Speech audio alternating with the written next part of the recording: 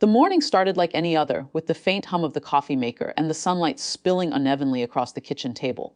I watched my 3-year-old chase a shadow on the linoleum floor, small hands flailing, giggling at the sound of her own voice. The joy in that laughter was effortless, contagious. And yet, yesterday, it had been deemed too much. My mom's words replayed in my mind. Sharp and deliberate, your 3-year-old is too loud for the family cruise this year.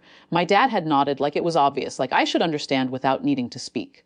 I remember sitting there in silence, holding my daughter's tiny hand, feeling the weight of their judgment press against me, the subtle dismissal of my priorities, my choices, my family. I didn't argue, not because I lacked anger, but because I had learned the quiet potency of restraint. Years of being underestimated had taught me that sometimes the loudest response is no response at all. Instead, I moved slowly, deliberately, packing the bags, neatly folding clothes, checking and double-checking reservations. And then a quiet, almost imperceptible strike. I canceled the cruise tickets, closed the joint account they were supposed to use for payment. I didn't gloat, I didn't announce it, I simply acted. As night settled in, I lay in bed listening to the soft breathing of my daughter beside me, her presence a reminder of what I was protecting. The house was silent except for the distant hum of streetlights and the occasional creak of settling walls.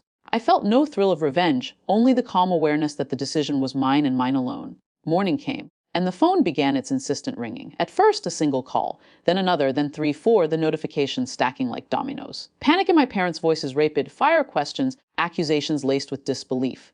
They didn't understand the subtle shift, the quiet leverage I had exercised, and I stayed silent, letting them flounder in their assumptions of control. I watched their reactions unfold in real time, analyzing the cadence of their panic, the hesitation in their words. Their authority, so long taken for granted, faltered in the face of a boundary I had drawn firmly and silently. It wasn't loud, it wasn't dramatic, but it was irrevocable. And for the first time in a long while, the power dynamic tilted, not with shouting or spectacle, but with deliberate, calm precision. I thought of past confrontations, memories of being told I was overreacting or imagining slights. Each memory sharpened the contrast between then and now, before dismissed, now acknowledged, whether they realized it or not.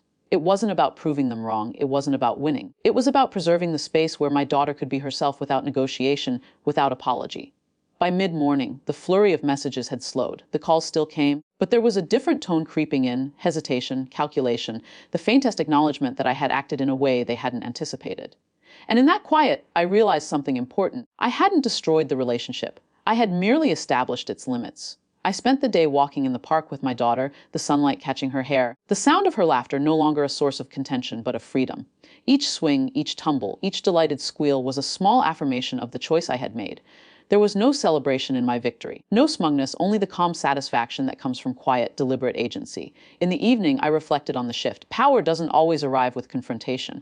Sometimes it is quiet, patient, a series of small decisions that ripple outward until the world around you is forced to acknowledge them. I didn't need to shout. I didn't need to justify.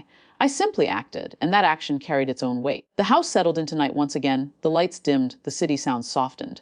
My daughter slept, her chest rising and falling in slow rhythm.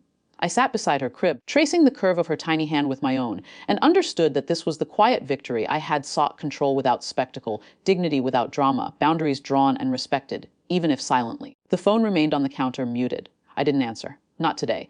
Today, the lines between dismissal and acknowledgement, between underestimation and leverage, had been drawn, and I could finally rest in the space I had carved out, not loudly, not triumphantly, but firmly, calmly, unshakably.